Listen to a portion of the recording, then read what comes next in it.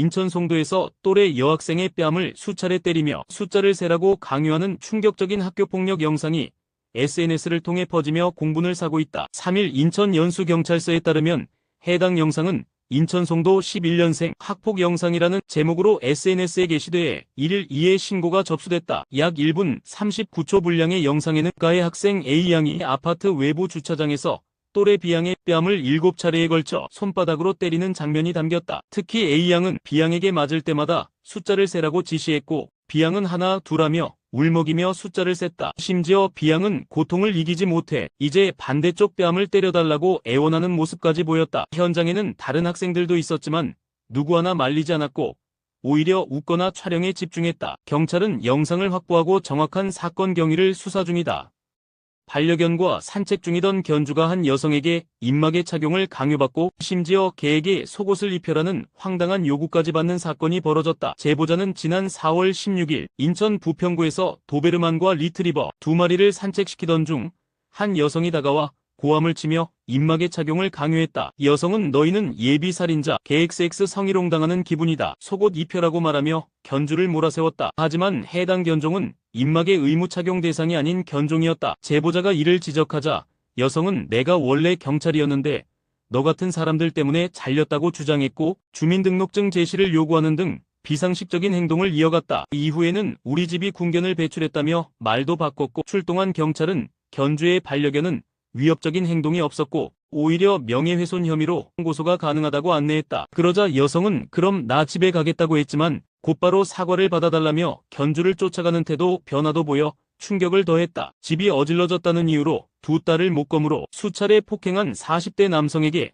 징역형의 집행유예가 선고됐다. 3일 청주지법 형사2 단독은 아동복지법 위반 혐의로 기소된 A씨에게 징역 1년의 집행유예 2년을 선고하고 사회봉사 80시간과 아동학대 재범 예방교육 40시간 이수도 명령했다. A씨는 지난 2021년 10월 청주시 자택에서 집이 어질러진 것을 추궁하던 중 딸 B양 당시 14세과 C양 11세의 엉덩이를 목검으로 각각 5회씩 폭행했다. 이후 B양이 자신이 어질렀다고 하자 B양을 추가로 24회나 때린 것으로 조사됐다. 2020년에는 귀가가 늦었다는 이유로 파리채와 옷걸이로 10회 이상 폭행, 2022년에는 집 청소 문제로 B양을 집 밖에 내쫓아 정서적 학대를 가한 사실도 드러났다. 피해 아동에게 상당한 신체적 정신적 충격을 가했다고 지적하면서도 이혼 후 홀로 자녀를 양육한 점과 초범이라는 이유를 들어 집행유예를 결정했다. 목줄을 제대로 채우지 않은 채 진돗개 2마리를 방치해 행인이 다치는 사고가 발생했고 견주는 법원에서 벌금형을 선고받았다. 3일 춘천지법 형사2 단독은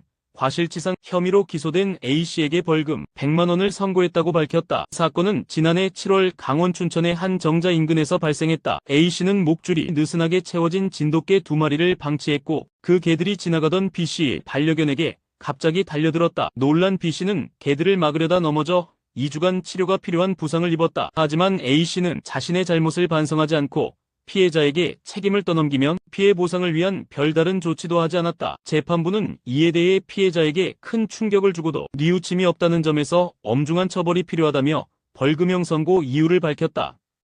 20년간 월급을 엄마에게 맡긴 한 여성이 결국 돈도 마음도 잃었다는 충격적인 사연이 전해졌다. JTBC 사건 반장에 따르면 제보자 A씨는 고등학교 졸업 후 가정을 돕기 위해 일찍 사회에 나가 월급 전부를 홀어머니에게 맡겼다. 어릴 땐 믿었지만 자격증, 학원비 겨울 패딩값 여행비조차 쓸데없다며 거절당하고 욕설과 폭언을 들으며 생활했다. 결국 엄마는 A씨가 돈을 잘 번다는 이유로 직장을 그만뒀고 A씨에게는 돈이 안 모이는 건 내 탓이라는 비난을 퍼부었다. 게다가 10년 만에 돌아온 오빠의 빚을 대신 갚게 만들며 A씨는 제2금융권에서 6천만 원 대출까지 떠안게 됐다. 돈을 달라고 요구하자 돌아온 건 엄마의 흉기 협박과 폭행, 내가 나 키운 값부터 내놔라는 말뿐이었다. 심지어 결혼을 앞두고 돈을 돌려달라고 하자 이혼하면 돈 뺏긴다. 내가 보관하겠다며 통장도 보여주지 않았다. 남편의 항의에 오빠는 사고 한 상자 보내냐며 조롱했다.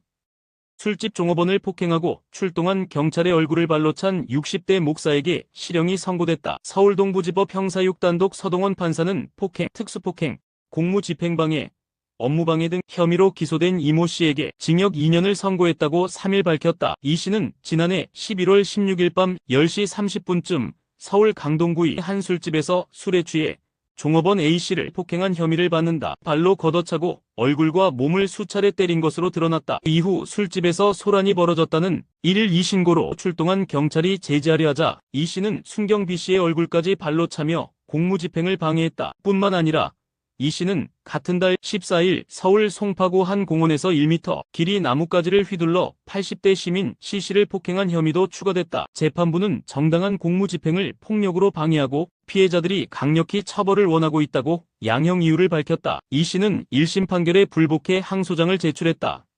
서울 은평구 아파트 단지에서 일본도로 40대 가장을 무참히 살해한 30대 백모 씨가 2심 재판에서 심신미약을 이유로 감형을 호소했지만 검찰은 1심에 이어 다시 사형을 구형했다. 2일 서울고법 형사 1부는 살인총포화약법 위반 모욕 혐의로 기소된 백 씨에 대한 2심 첫 공판을 열었다. 백 씨는 지난해 7월 29일 밤 11시경 서울 은평구 한 아파트 단지에서 담배를 피우러 나온 40대 남성에게 일본도를 휘둘러 살해한 혐의를 받고 있다. 검찰은 무기징역을 선고한 원심은 형량이 부족하다며 사회적 불안과 유족의 평온을 파괴한 끔찍한 범죄라며 사형을 요청했다. 피해자 가족들 또한 눈물로 사형을 호소했고 피해자 아버지는 사람이 드문 시간 죽일 사람을 찾아 계획적으로 범행했다고 강하게 비판했다. 반면 피고인 측은 망상장애가 인정됐다는 정신감정 결과를 근거로 범행 시 심신미약 상태였으며 치료받겠다고 감형을 요구했다.